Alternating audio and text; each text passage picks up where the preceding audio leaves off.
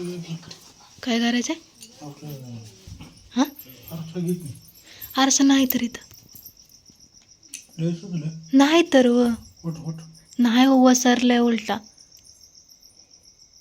Hi hello नमस्कार, मी काजल तुमच्या सगळ्यांचं स्वागत करते माझ्या एका नवीन ब्लॉगमध्ये.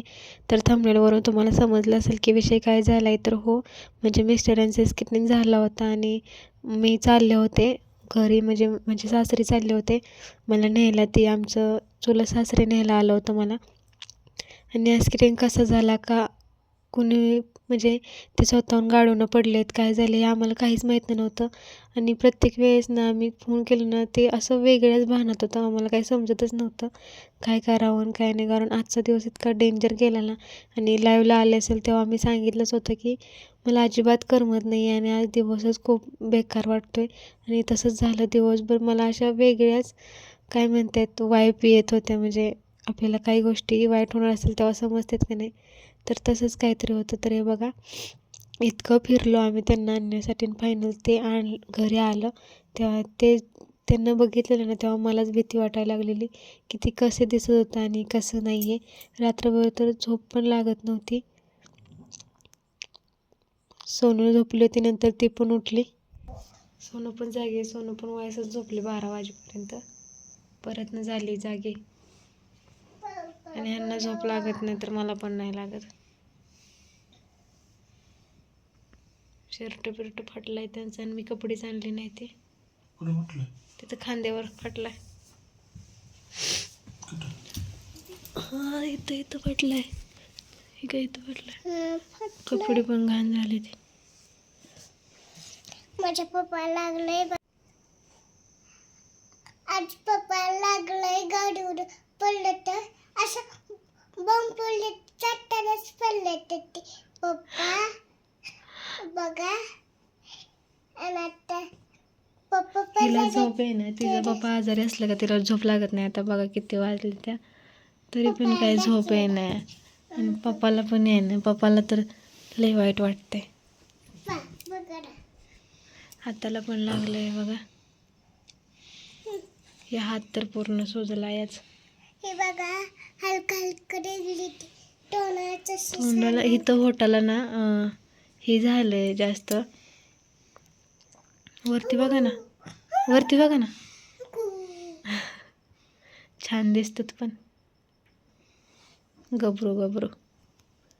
बरं झालं, जास्त काय झालेलं नाही.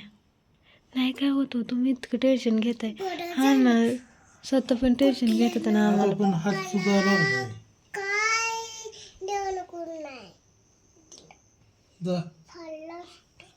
तर रात्र कशी तरी काढली आणि आम्ही सकाळी हॉस्पिटलला आलो होतो, कारण त्यांचा हात भरपूर सुजला होता आणि अजिबातच हालचाल करायला येत नव्हती. तर सांगितलं फ्रॅक्चर आणि प्लॅस्टर पण केले. आणि इथं मम्मी आणि भाऊ बघायला आला, तर सोनू त्यांच्या पाठीमागं लागलेले आणि मी सासरी आले हे तुम्हाला पहिल्यांदाच सांगितलं आहे मी. तर सोनू म्हणत होते की मला जायचं आहे म्हणून. आणि आमचा अवतार बघा, सोनूनं तर आंघोळ पण केली नव्हती. घरात जर आपलं एखादी व्यक्ती आजारी असेल ना तर आपल्याला काही सुचत नाही ना, तसंच झालं होतं. सकाळधरनं मी जेवण पण नव्हतं केलं. म्हणजे मी त्यांच्यासंग काल सकाळी जेवण केलेलं, त्याच्यावर रात्री पण नाही आणि आज दिवसभर पण जेवण नाही. मला तर काही खाऊच वाटत नव्हतं. आणि तेवढाच ब्लॉग मी शूट केला होता. नंतर मला काहीच इच्छा राहिली नव्हती ब्लॉग शूट करण्याची. तर दुसरं होतं मी त्यात ॲड करते, कारण मला भरपूर साऱ्या गोष्टी बोलायच्या आहेत तुमच्याबरोबर, त्यासाठी. तर तुम्ही म्हणताल की मागं जे थोडासा एक व्हिडिओ घेतला त्यात तू तर हसतेस की तुझ्या नवऱ्याला लागले, तर तसं काही नाही आहे. जर त्यांना लागले आणि असं दाखवलं असतं ना आम्ही की तुम्हाला भरपूर लागले, तर ते पुढच्या व्यक्तीला टेन्शन येतं. त्यामुळं आपण त्याला असं दाखवायचं असतं की काहीच नाही झालेलं, सगळं नॉर्मल आहे. त्यामुळं मी त्यांच्यापुढे असं दाखवत की काहीच नाही झालं, हसून दाखवत होते. पण मला मनाला माहीत होतं की मला आतून काय वाटते आणि काय नाही. असं पण काही आठवत नव्हतं आपण काय बोलतोय काय नाही. एकच गोष्ट ती सारखं विचारत होतं की मी कुठं गेलेलो, मी कसा पडलोय, मला काय झालंय, तू कशाला इकडं आली, असं भरपूर काय गोष्टी बोलत होता. आणि काल तर काय होते तुम्हाला माहीतच असेल, बऱ्याच लोकांना माहीत असेल. त्यामुळं मला कालपासून ब्लॉग एडिट करायला आणि घ्यायला पण जमलं नाही. जो माझा पहिला मी शूट करून ठेवला होता रविवारचा, तोच मी ॲड केला आहे. आणि व्हॉइस ओव्हर करताना तुम्हाला असं ते मागं खोकतायत ना, त्यामुळं सॉरी त्यासाठी. तर तोच मी ब्लॉग टाकला होता. त्यांनी मला फोन लावलेला पण आठवत नव्हतं की मी तुला फोन लावला आहे. ती बोलत मी तुला कधी फोन लावला आणि तू कोणासोबत आली आहे, असं लई काही प्रश्न विचारत होता. कारण ना त्यांच्या मेंदवाला मार लागलेला असं वाटत होतं, कारण पुढं पण कपाळाला भरपूर लागलं आहे आणि ओठाला पण लागायला आहे. म्हणजे ते पुढच्या ब्लॉगमध्ये मी सांगेलच तुम्हाला डिटेल्समध्ये कुठे लागलं आहे, कसं लागलं आहे. तर पुढचा ब्लॉग येणारच आहे आपला त्याच्यावरती. पण आता मी असं वाटलं मला की शेअर करावी ही गोष्ट तुमच्यासोबत. काही गोष्टींना अशा अचानक घडून जातात ना, आपण काय रिॲक्ट करावं त्याच्यावर खरंच कळत नाही.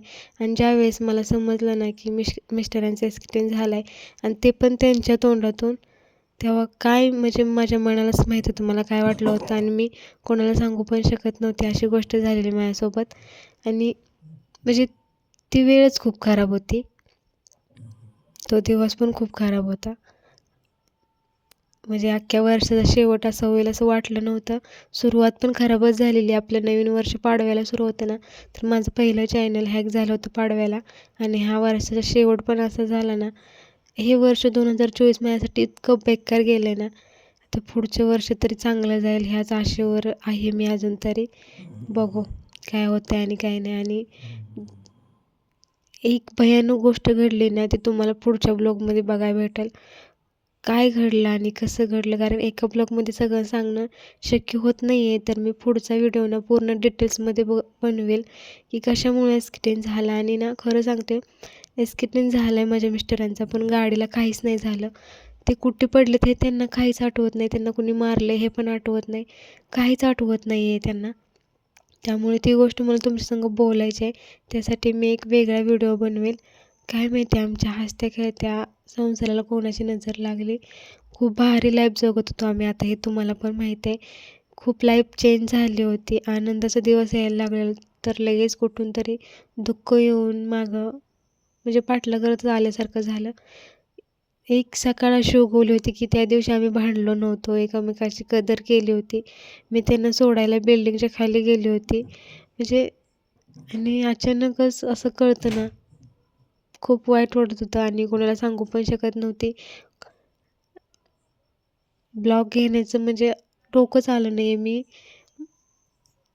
आत्ता पण मला बोलणं पण सुचत नाही आहे. त्यावेळेस माझ्यावर काय परिस्थिती होती ना, ते फक्त त्यालाच कळू शकतं. समोरच्याला काही नाही वाटत. जेव्हा स्वतःवर वेळ येते ना, तेव्हा समजतं की हे काय असतं. तर कोणाच्याच बाबतीत हे घडू नये असं मला वाटतं आणि नाहीच घडायला पाहिजे. कारण ना, सकाळचा माणूस घरी गेला असेल ना, तर तो माघारी येईल का नाही याची काही गॅरंटी नसते. त्यामुळं मी सांगते तुम्हाला की जास्त करून बाहेर जर कोणी जात असेल तर ना, त्यासंग वाद घालत बसत जाऊ नका. कारण जीवनाचा काही भरोसा नाही आहे. तर पुढचा व्हिडिओ मी डिटेल्समध्ये बनवेन तुमच्यासाठी. तर असो, हा व्हिडिओसाठी सपोर्ट करा. आणि आता खरंच तुमच्या सपोर्टची खूप गरज आहे, कारण आता हॉस्पिटलला भरपूर सारे पैसे खर्च झालेत. त्यामुळे खूप सपोर्ट कराल अशी आशा करते आणि ह्या ब्लॉगला एंड करते मी. आवडला तर एक लाईक, शेअर, सबस्क्राईब करा. मला माहिती आहे हे ब्लॉग कोणालाच नाही आवडणार, कारण ह्यात काही आनंद नाही. ह्या ब्लॉगमध्ये फक्त दुःख आहे.